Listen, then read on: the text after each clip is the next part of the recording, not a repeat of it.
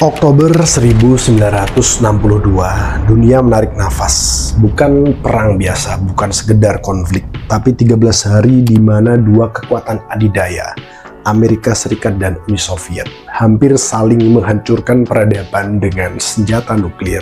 Has maintained the closest surveillance of the Soviet military buildup on the island of Cuba. Ini adalah krisis misil Kuba, sebuah permainan catur geopolitik dengan taruhan tertinggi adalah nyawa ratusan juta orang. Tapi mengapa ini terjadi? Dan lebih penting lagi, apa yang bisa kita pelajari dari situasi yang nyaris memusnahkan manusia ini?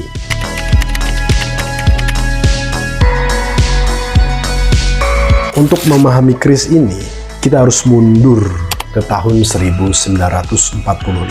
Perang Dunia Kedua berakhir, tapi dunia terbelah menjadi dua kubu. Amerika dengan demokrasi kapitalisnya dan Uni Soviet dengan komunisme otoriternya.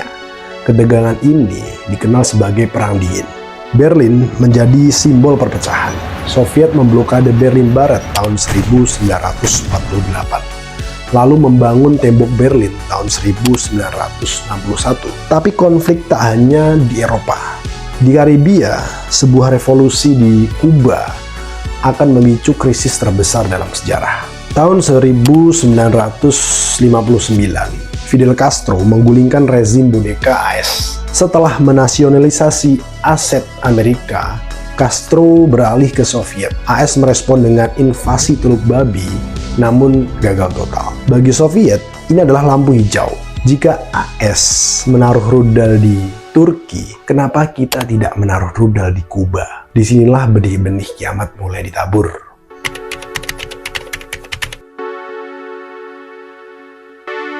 Oktober 1962, sebuah rapat rahasia digelar di Gedung Putih. Foto dari pesawat mata-mata U-2 baru saja sampai di meja Presiden Kennedy. Gambarnya jelas.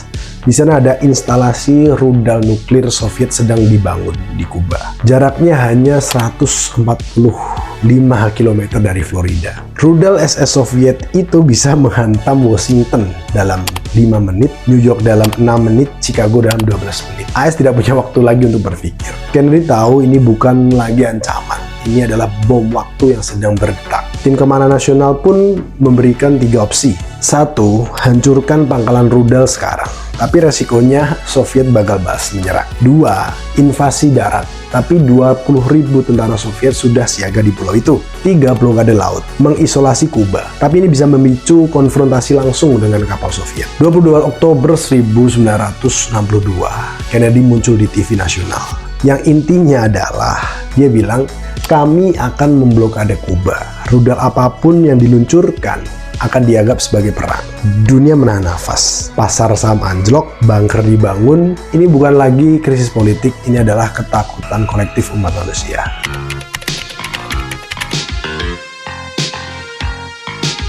Oktober 1962, kapal-kapal Soviet membawa muatan mematikan mendekati garis blokade Amerika. Di Washington dan di Moskow, jenderal-jenderal sudah menaruh jari di tombol nuklir. Dunia berada 180 detik dari kiamat. Pukul 10 pagi waktu Washington, kapal perusak Amerika memposisikan diri. Pesawat pengebom B-52 berisi senjata nuklir sudah mengudara. Sedangkan Soviet punya 4 kapal selam bersenjata torpedo di sekitar Kuba. Salah satunya adalah B-59 kehilangan kontak dengan Moskow. Dalam kapal selam B-59 yang pengap dan kehilangan kontak itu, suhu mencapai 60 derajat Celcius. Bom perusak Amerika menghantam mereka. 3 perwira Soviet harus memutuskan meluncurkan torpedo nuklir. Perwira pertama, Kapten Valentin Savitsky bilang, kita sudah diserang, maka hancurkan mereka. Yang kedua, Polituk Meslenikov menjawab, setuju, ini adalah perang. Namun, Wakil Komandan Vasily Arkhipov, dia berpendapat beda. Dia bilang tidak, karena kita belum tahu perintah dari Moskow. Satu suara, satu penolakan, Arkhipov menyelamatkan 100 juta nyawa tanpa dunia pernah tahu namanya. 27 Oktober, hari paling berbahaya. Pesawat mata-mata Amerika ditembak jatuh di Kuba. Pilot Mayor Rudolf Anderson tewas. Militer mendesak Kennedy untuk serang balik, tapi Kennedy menolak. Ia tahu kalau ada eskalasi berarti akhir segalanya.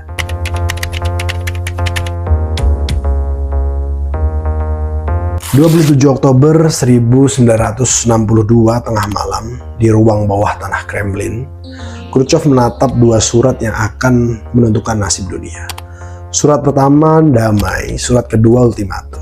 Surat pertama, mari kita akhiri ini. Tarik rudal dari Kuba, kami berjanji tak akan invasi. Surat kedua, rudal di Turki harus diangkat dulu atau perang. Kennedy pun bingung mana yang resmi. Timnya sadar bahwa Soviet terpecah antara dua faksi, garis keras dan moderat. Ini bukan lagi negosiasi, tapi ini permainan psikologis. Robert Kennedy menemui duta besar Soviet pukul 2 pagi di Departemen Kehakiman. Pesannya, kami akan tarik rudal Jupiter dari Turki dalam 6 bulan. Tapi jika ini bocor, kesepakatan batal. 28 Oktober, Khrushchev mengumumkan di radio Moskow, kami tarik rudal dari Kuba. Dunia pun bersorak, tapi tidak ada yang tahu tentang kesepakatan Turki. Rahasia yang baru terungkap 25 tahun kemudian. Keduanya menang, Kennedy terlihat kuat di mata publik, Khrushchev selamatkan muka Soviet. Diplomasi bukan tentang menang kalah, tapi memastikan tak ada yang perlu memenangkan perang nuklir.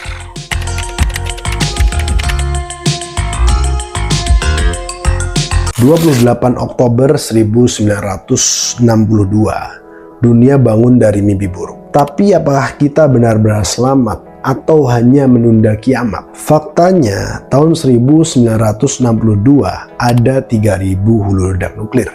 Sedangkan tahun 2024 ada 12.500. Kita menyelesaikan krisis Kuba, tapi senjata justru berlipat ganda. Pola yang sama terulang. Ancaman nuklir masih jadi alat politik.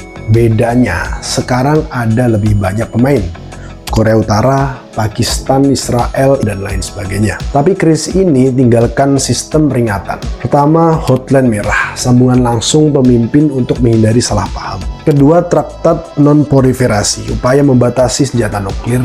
Ketiga, doktrin MAD, justru yang jadi pencegah perang terbuka. Mantan Menteri Pertahanan AS, Robert McNamara, mengakui kita selamat karena keberuntungan, bukan karena kebijakan. Pertanyaannya sekarang, apakah kita lebih bijak atau hanya menunggu Vasily Arkhipov berikutnya untuk muncul atau tidak muncul? Sejarah sering mencatat nama-nama besar, Kennedy, Khrushchev, Castro. Tapi krisis ini sesungguhnya tentang mereka yang tidak tercatat. Jutaan orang biasa yang hidup dalam ketakutan tanpa tahu apakah besok masih ada. Wawancara tahun 2002, marinir AS di blokade Kuba, dia bilang, kami jongkok di kapal selama 13 hari. Jari selalu dipelatuk, yang kupikirkan hanya jika tembakan pertama pecah, aku mungkin tidak akan pernah melihat anakku lahir.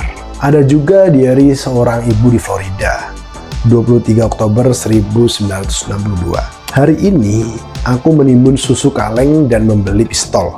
Aku menulis wasiat untuk suamiku di belakang resep kue ulang tahun anak kami. Ada pula rekaman radio amatir operator Soviet di Kuba. Mereka menyuruh kami bersiap untuk serangan imperialis. Tapi yang kulihat hanya petani Kuba, ketakutan memandang langit. Dan Vasily Arkhipov, sang penyelamat diam, meninggal dalam kemiskinan tahun 1998. Batu nisannya baru ditambah tulisan penyelamat dunia setelah arsip rahasia dibuka. 62 tahun kemudian, kita masih mengajar anak-anak kita untuk bersembunyi dari ledakan nuklir, tapi apakah kita mengajarkan cara mencegahnya? Sejarah berulang bukan karena kita lupa, tapi karena kita tidak pernah benar-benar ingat. 13 hari, 312 jam, 18.250 menit.